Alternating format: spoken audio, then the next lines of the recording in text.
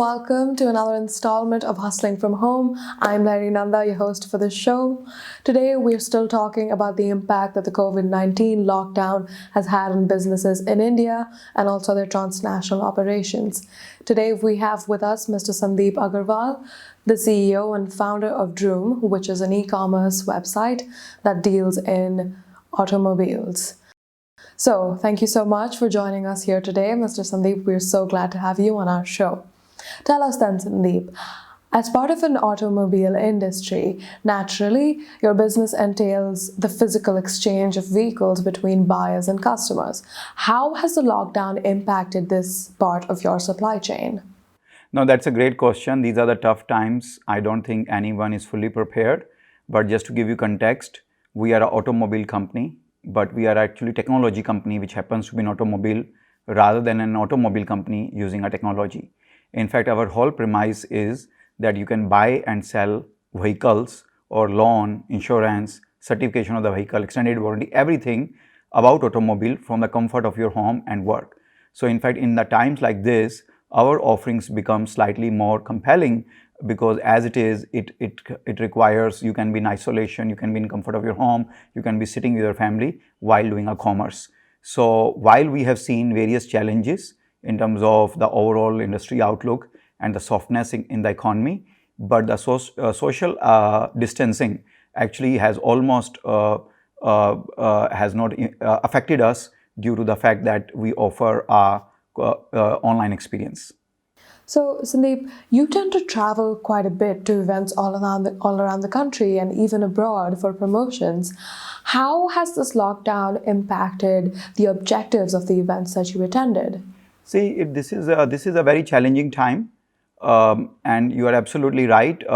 While we are a technology company, and for consumer, we offer experience from the comfort of their home and work.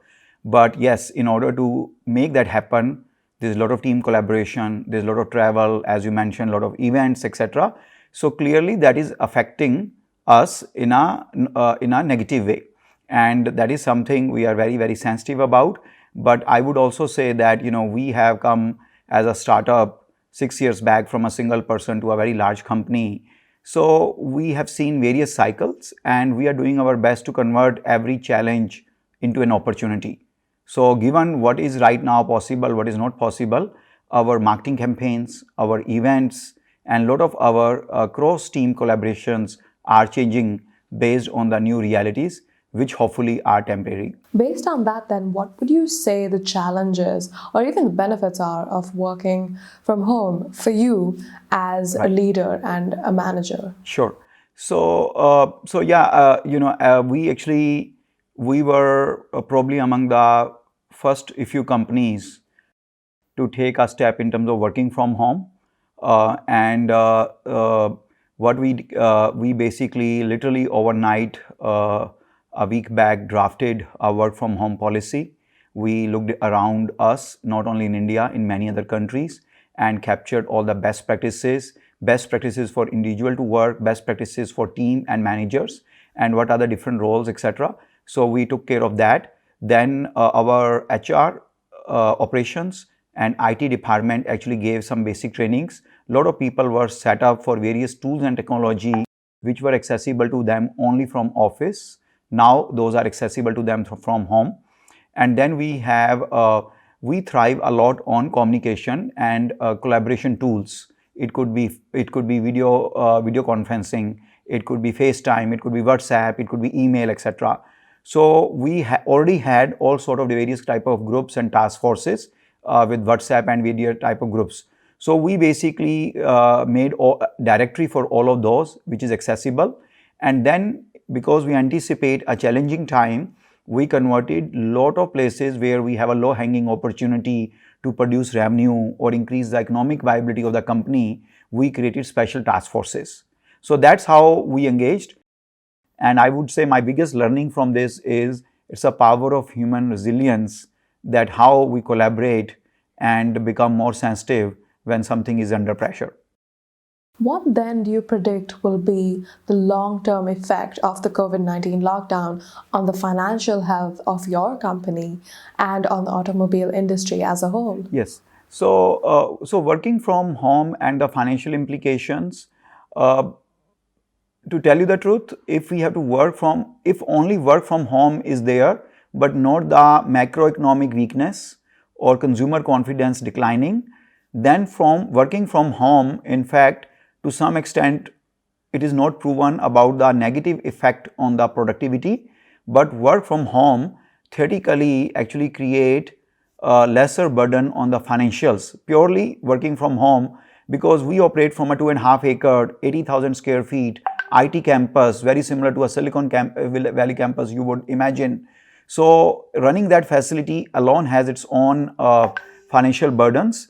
However, working from home for us, from that perspective is not something of concern to us. What is concerning to us is really the long-term impact on economics. Automobile sector as a whole has been under tremendous pressure for most of 2019 and part of 2018 for different reasons. India was trying to move towards BS6 fuel emission standard, which are the global like Euro 6 standard for fuel. Secondly, India wants to adopt electric vehicle much faster than the adoption we have seen naturally. Third, there is some pressure because of ride sharing. And fourth, there's been a general weakness in the economy for the last 15-18 months. So these four things have caused weakness in the automobile sector, which actually account for almost 50% of the entire manufacturing of India. So this industry was already under pressure. Coronavirus may cause temporarily slowdown in the demand for transportation. But on the other hand, the demand for a private transportation will go up versus the public transportation. And because of that, we do not know that the new demand, because of people have a higher sensitivity about having their own transportation, will that offset the weakness seen by the lesser commerce activity, lesser educational activities, lesser social activities. But overall, yes, it is very concerning because automobile, as I mentioned, is a 50% of the entire manufacturing of Indian economy. So besides the automobile industry, which other industries do you think will face the brunt of this lockdown, or do you think might benefit from this lockdown?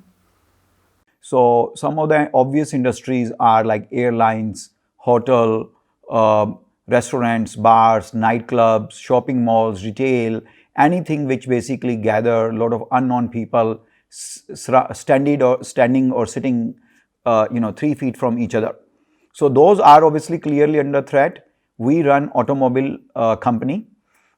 Here the average ticket size is big. This is one of the large ticket item where human being does not buy in impulse, they plan, very similar to how they plan for wedding or taking admission in university, buying a home.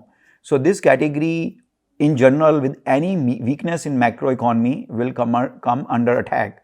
But one thing what we are noticing is that with the coronavirus, while there may be some dip in the transportation in terms of you are going less often to office or to your loved ones or to a restaurant, but on the other hand, people are avoiding public transportation, whether it is taking a flight or train or a ride-sharing car or motorcycle or bus, etc. So because people are avoiding public transportation, we feel there will be some demand, pent-up demand, which will pick up because now you need your own charter transportation solution, which is actually, it is confined to you. You know the hygiene condition of that vehicle and it is not shared with someone else. So we think some of that will actually boost the demand for the used vehicles. So a common concern that has arisen is the healthcare coverage provided to employees at such a perilous time. So what kind of healthcare coverage or medical insurance does your company provide to its employees, especially at such a time? See, Droom is a technology, data science and intellectual property company. We don't have 2,000 acres land or some imported machinery from Germany. Our main advantage is healthy body and healthy mind of people. So we really care about our people. And even independent of coronavirus or any other threat, right from the day one when we had a limited budget, very small team until now, we give actually full medical coverage to all our employees. Our facilities always are world class. We have daycare, we have a gym, we have many other facilities. We have a first response medical room also. If someone has a sudden decline in diabetes level or high blood pressure or some kind of injury, we have a response center for that. While last 2.5 months when coronavirus went up, we increased the frequency of fumigation in our office. There was a very nice set frequency at which we cleaned our office facilities. We did that more often. And about 3 weeks back, we deployed those thermometers which will give us the temperature level of every employee. We provided all the standard things such as hand sanitizers. Every 4 hours, everything which touched by the large number of people gets cleaned and disinfected. And then basically we also have some kind of medical camps which happen, and we are constantly in touch with them. Our HR department also has produced a lot of best practices, videos, instructions. And finally, what advice would you give to the government or to similar businesses to remain productive during this turbulent time? See, on a first part, in terms of our government, I must compliment them for doing a good job. A lot of events. First, I remember the sensitivity about coronavirus really rose in India during the first week of March. And 8th March, as we all know, was the Holi. Right from our Prime Minister level, things have to be more like a symbolic level. So saying that we will not participate in Holi, in my view, was very important message. Then India was among the first countries to start screening all the foreign travelers, whether someone foreigner coming to India or Indians coming back after the foreign travel. We actually, while no country was ready, we did a far better job of creating multiple test centers, quarantine operations, and on a health ministry website and portal, there were a lot of very nice instructions and guidelines. So all that was one part in my view, which was done very well. It is never enough. Second, just in general, I don't have a scientific explanation, but if you look at the rise of corona in China, Italy, Spain, Iran, USA, 0 to 25,000 or 0 to 50,000 happened in a much more rapid manner. I don't have a logical explanation why it is happening slowly in India, but at least we can keep our finger crossed that I hope it stays that way and probably diminish soon.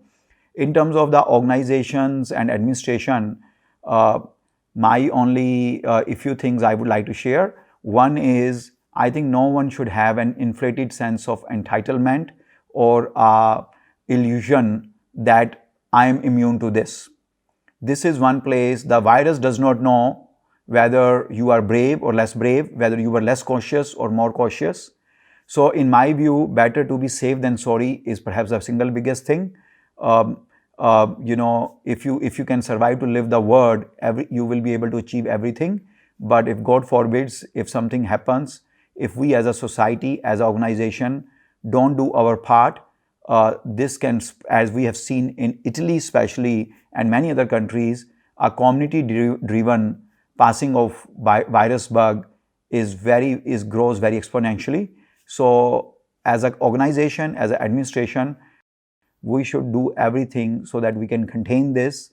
I think the 2 weeks of social distancing, isolating yourself, when in doubt, be more conservative, and work, career, education, anything can wait, but not the human life. So if we can keep that as a highest sensitivity, as a top priority, my feeling is, like any other challenges we have seen for thousands of years, this will also pass. All right, well, thank you so much for joining us here today, Sandeep. That was definitely some really valuable discussion we had. We're so happy that you made it on our show. And to all of you out there who are working from home, like I said before, keep hustling.